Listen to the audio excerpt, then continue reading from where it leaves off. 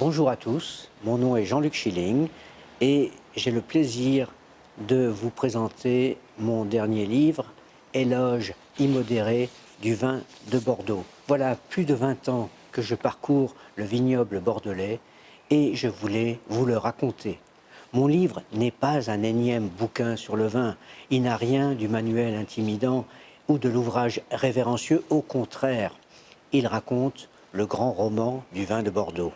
Je l'ai voulu léger et profond, distrayant et instructif, d'une écriture que j'espère fluide et élégante. C'est un puzzle vivant, documenté par 125 entrées et une quarantaine de photos.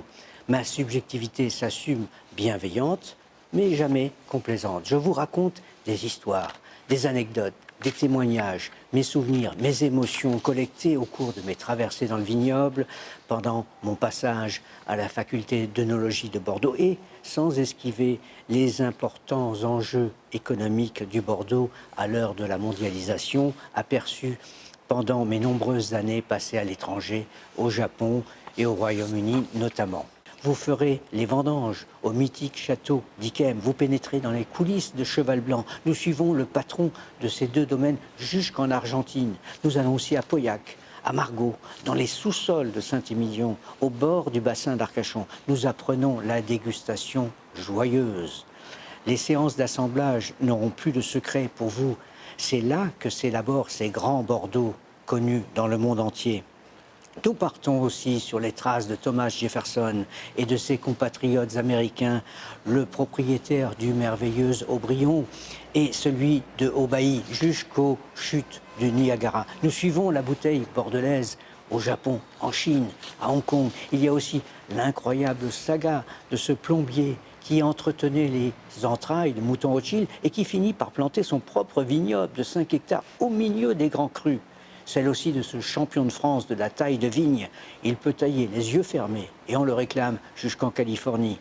La reconversion réussie de l'ancien patron de Picard, devenu un heureux vigneron à succès. Ce long entretien testament avec le grand Denis Dubourdieu, mon maître et mon professeur, disparu en 2016, que ses pairs qualifiaient de titan du terroir. Le temps est trop court pour tout citer. Une précision, j'aime aussi le Bourgogne, j'aime les magnifiques bouteilles de la vallée du Rhône, j'aime le bon vin en général. Mais le vin est un art de vivre, un théâtre dont la capitale, la scène principale, s'appelle Bordeaux, ville préférée des Français. Pour nous résumer, je crois mon éloge immodéré des vins de Bordeaux, unique et nouveau dans son approche, s'adressant à un large public, tout autant à l'amateur qu'au néophyte, car il vise plus généralement à réjouir les 5 sens du lecteur gourmand de son époque. Merci pour votre attention et j'espère bonne lecture. À votre disposition, si besoin était, mon adresse email eivb2018@gmail.com. Au revoir.